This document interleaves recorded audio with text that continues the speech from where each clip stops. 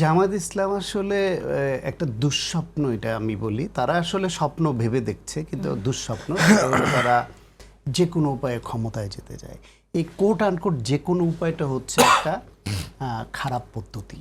তাকে অনেক কিছু বিসর্জন দিতে হচ্ছে সেই জন্য, যে কারণে জামায়াতের চরিত্রায়ন হচ্ছে আজকে একদিকে কৃষ্ণনন্দী থেকে আরেকদিকে মেজর আক্তার।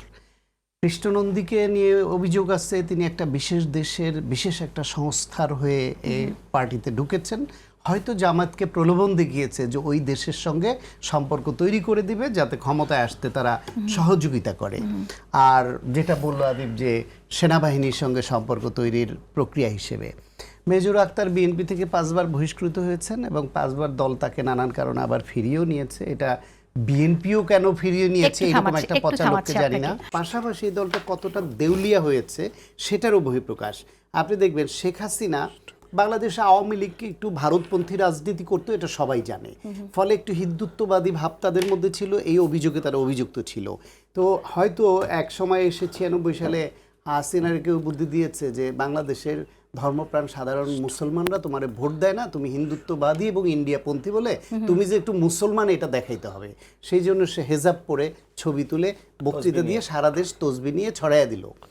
ঠিক জামায়াতের হয়তো এরকম কোনো বুদ্ধি কেউ দিয়েছে কি না, যে বাংলাদেশে হিন্দুরাও তো একটা ভোট ব্যাংক, আওয়ামী লীগ এখন মাঠে নাই, এই ভোটটা পেতে হলে তোমরা যে একটু হিন্দুদের শত্রু না, তোমরা যে আল্লাহর আইন এবং সৎলোকের শাসন চাই বলে অন্য ধর্মের এদেরকে তুচ্ছতাচ্ছিল্য করো, সেটা তোমরা না, একটু বুঝাইতে হলে দুজন হিন্দু শাখা করো, হিন্দুদের একটু নাও, আদর আপ্যায়ন করো। শোন, আপনি মেজর আক্তারের কয়েকটা কথা বলি দেখেন। সর্বশেষ এই জামাতে জয়েন করে তিনি কি বলছেন, জামায়াত লাখ লাখ মানুষ হত্যা করেছে, তারেক রহমানের এমন মন্তব্যের কারণে আমি জামায়াতে যোগ দিয়েছি, কারণ যারা এত লোক মারতে পারে তারা তো শক্তিশালী।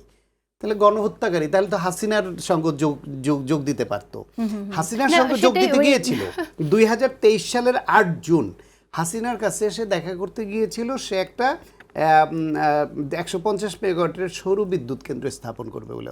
হাসিনা তাকে 70 মেগাওয়াটের আশ্বাস দেওয়াতে বলছিল যে এটা বঙ্গবন্ধু কন্যা শেখ হাসিনা ছাড়া এমন উদারতা আর কে দেখাতে পারে। শেখ হাসিনা বলছিল 10 ভুজা দেবীর মতো। এই আখতারুজ্জামানই আপনার এই শেখ হাসিনাকে এরকম বলেছে, যেরকম এই ম্যাডাম জিয়া এমন অসুস্থ, তাকে নিয়ে টকশোতে প্রকাশ্যে বলছে উনি মারা গেছেন। এরকম অমানবিক এবং অসভ্য কথা উনি বলছেন। আজকে প্রধান উপদেষ্টাকে নিয়ে বলছেন যে ডক্টর ইউনূস ক্ষমতায় এসেছে মবের মাধ্যমে, তার মানে হচ্ছে এই যে জুলাই গণঅভ্যুত্থানকে মব বলেছে। আমি শেষ যে কথাটা ওনাকে নিয়ে বলি, আমি চিকিৎসক বলে পাগল শব্দটাকে আমরা নিরুৎসাহিত করি, কেউ বলুক এটা চাই না। আমরা পাগলকে মানসিক রোগী বলি। উনি বেসিক্যালি একজন মানসিক রোগী। এরকম একজন মানসিক রোগী একটা উদ্ভ্রান্ত লোককে জামায়াতের নিতে হয়েছে, কতটা দেউলিয়া হলে সেটা জামাতকেই ভাবতে হবে।